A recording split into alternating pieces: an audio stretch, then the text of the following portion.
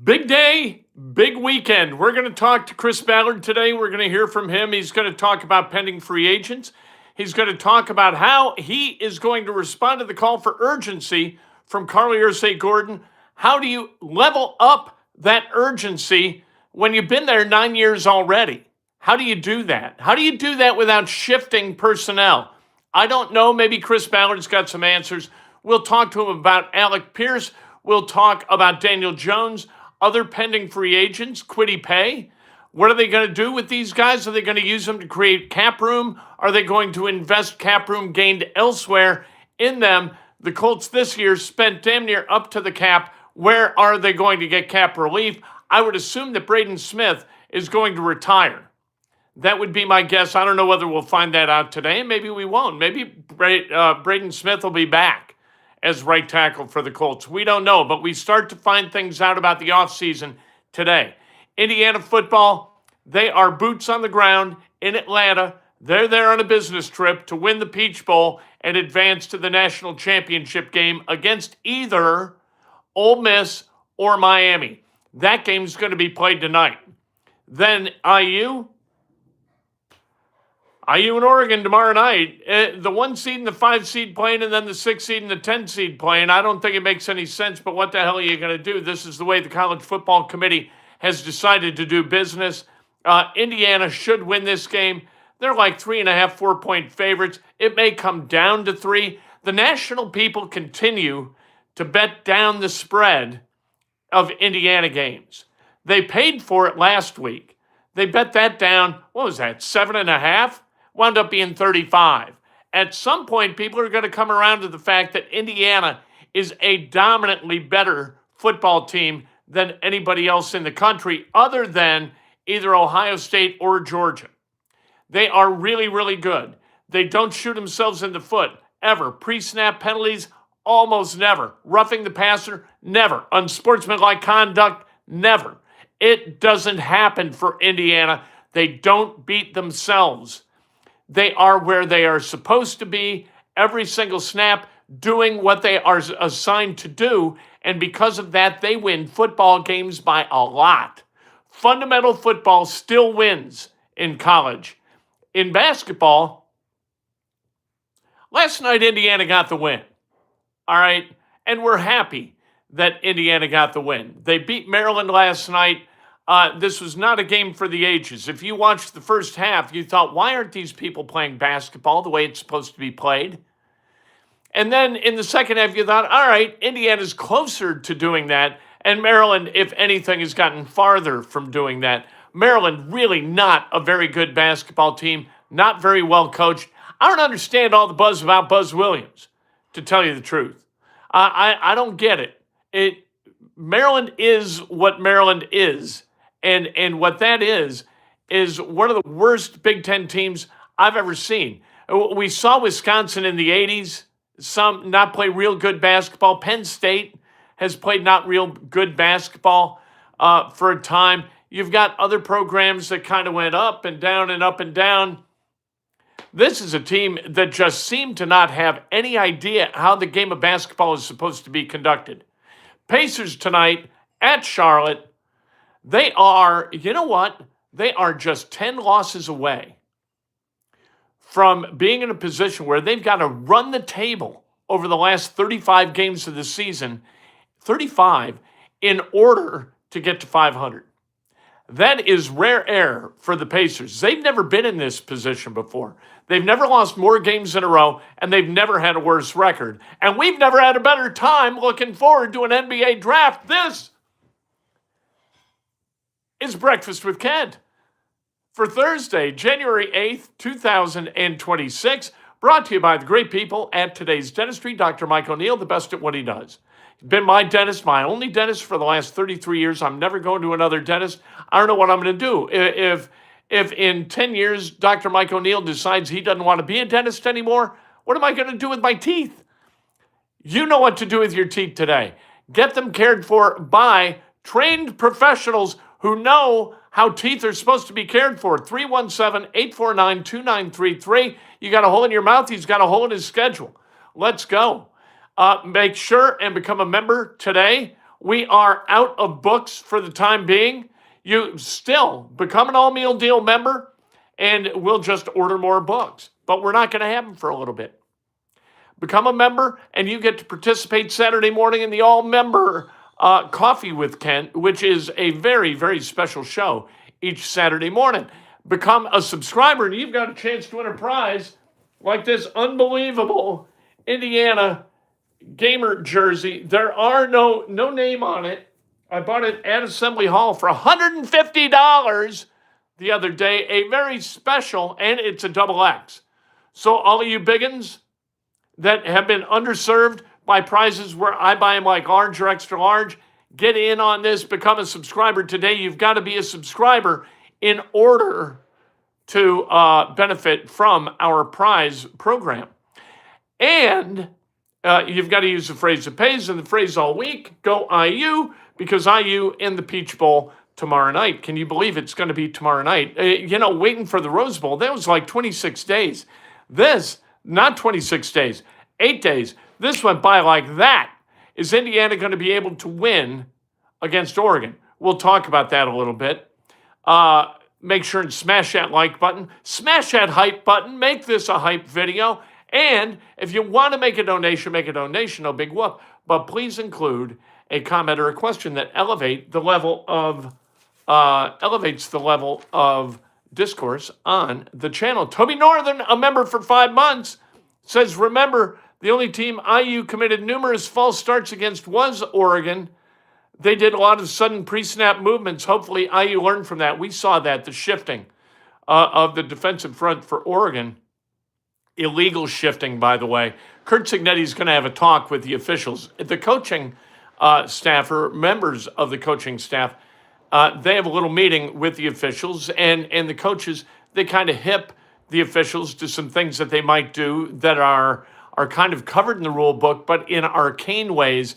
And I think Curt Cignetti is going to get absolute guidance on that pre-snap shift, and he's going to be told exactly how that's going to be called. That is not going to happen in this game. They learned their lesson. That's a great point. Remember that? That happened like 3 times where they shifted suddenly, and that is illegal. I think Joel Klatt and Gus Johnson were doing that game, and Joel Klatt was all over that, saying, hey, that's not legal. What Oregon is doing is not within the rules. So either Oregon will continue to do it, and Indiana just going to keep its fist in the dirt and ready to come out of that 3-point stance when the ball's snapped, or Oregon's going to get called for some kind of pre-snap tomfoolery, whatever that would be. Let's talk about the Chris Ballard talk that's going to happen a little bit later today. How interested are we?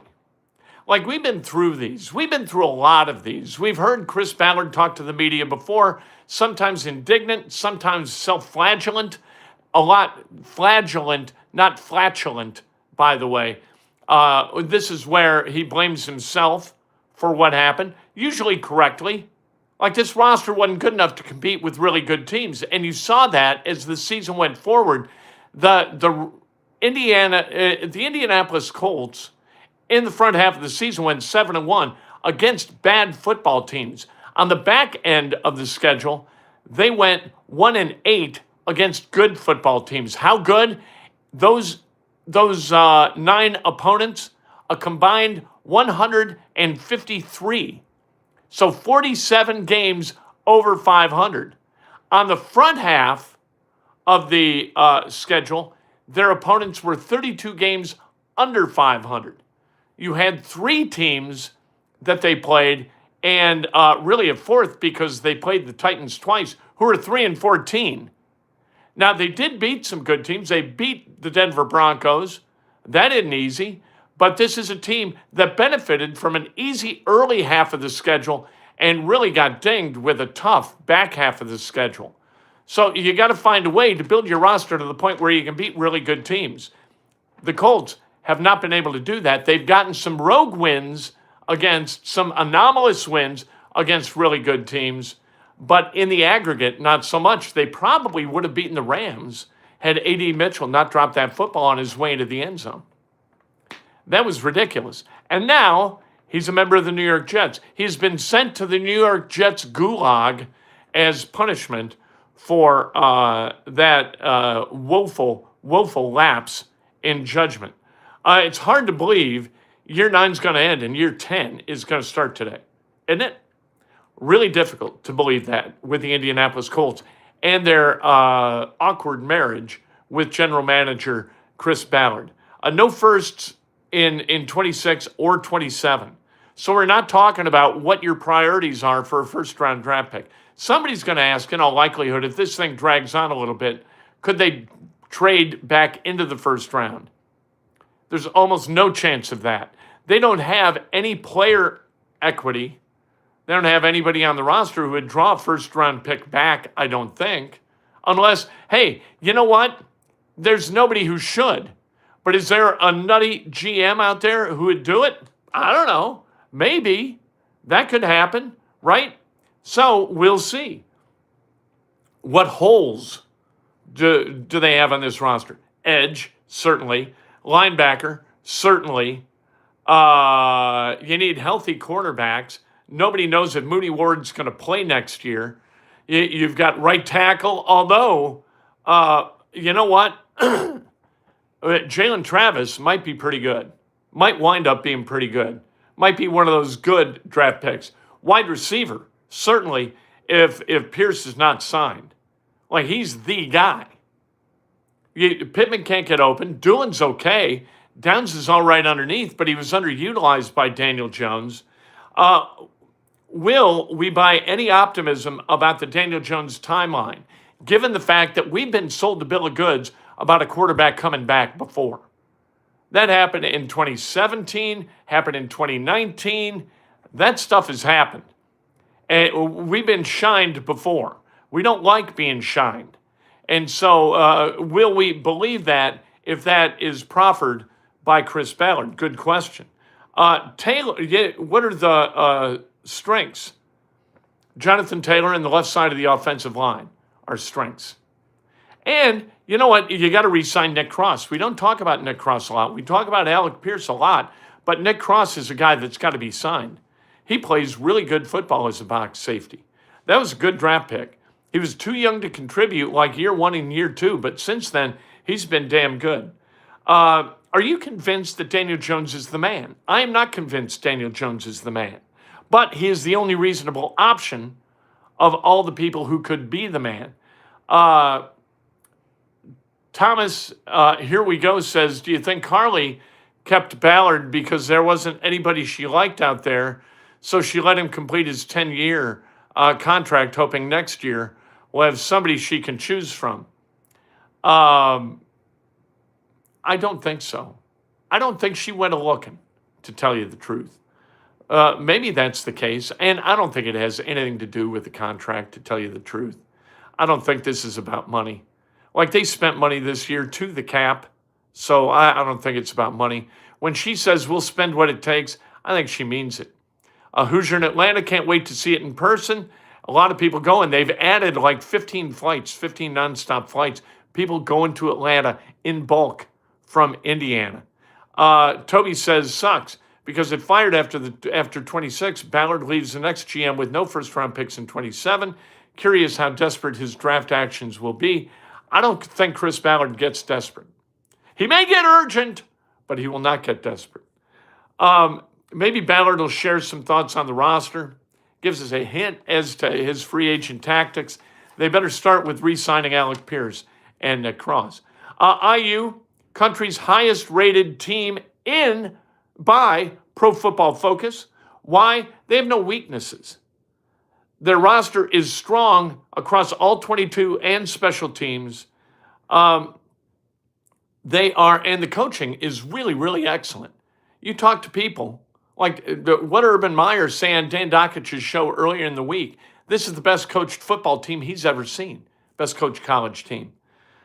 Ridiculously experienced. Like, these guys have all made 19-plus starts. The average is like 32 starts, something like that. Craziness.